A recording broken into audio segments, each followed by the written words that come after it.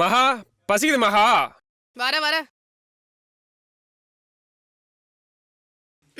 நாங்க என்ன தோசை இவ்ளோ மந்தமா இருக்கு?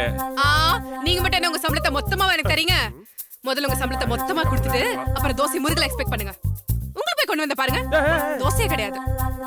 அடிப்பாவி. என்னன்னா அண்ணி உன்னை எவ்வளவு கேவலமா திட்டிட்டு போறாங்க. அதை விடுமா.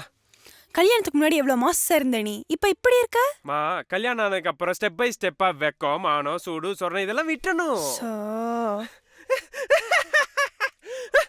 இப்போ எதுக்கு நீ லூஸ் மாதிரி சிரிச்சிட்டு இருக்க? இல்ல ஹோட்டல்காரன் பொண்ணை கல்யாணம் பண்ண. இதுக்கு முன்னாடி பார்த்தது ஃபினான்சியர் பொண்ணு. அவ வட்டி போட்டே சாவடிச்சிருப்பா. அதை நினைச்சு சிரிக்கிறேன். சரி அதெல்லாம் விடு, நான் எப்படி இருக்கேன் பாக்குறதுக்கு? உனக்கு என்னம்மா தேவதை? அப்ப அந்த அளவுக்கு அழகு சேர்க்கணும்ல, பியூட்டி பார்லர் போறேன், காசு எடு. ஏங்க மா இந்த வரேன்னு சொன்னேன்.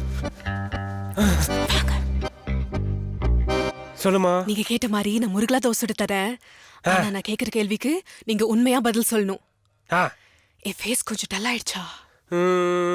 லைட்டா ஆயிடுச்சு. ஷோ இதுக்கு தாங்க ஒரு 2 சிட்டிங் பியூட்டி பார்லர் போயிட்டு வந்தா அப்படி பலன்னு ஆயிடுவேன். நான் கல்யாணத்தப்ப எவ்வளவு அழகா இருந்தேன், பலன்னு இருந்தேன்ல. இப்ப பாருங்க ஒண்ணுமே இல்ல. அண்ணா ஒரு நிமிஷம் வந்துடுறேன். சொல்லுமா. நான் இங்க பேசிட்டு இருக்கேன், நீ அங்க ஓடி ஓடி போய் பேசிட்டு வர. ஒரு நிமிஷமா வந்துடுறேன். அட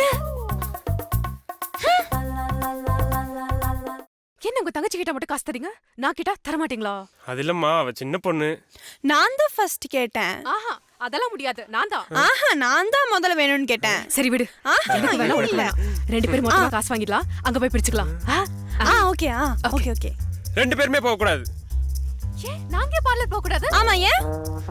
சொல்லுங்க. ஏன் அடிச்சு சொல்லுங்கண்ணா. சொல்றேன்.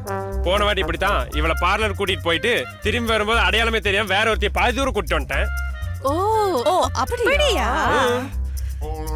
ஒரு புருஷனா? அதனாலதான் நல்ல அடி வாங்க.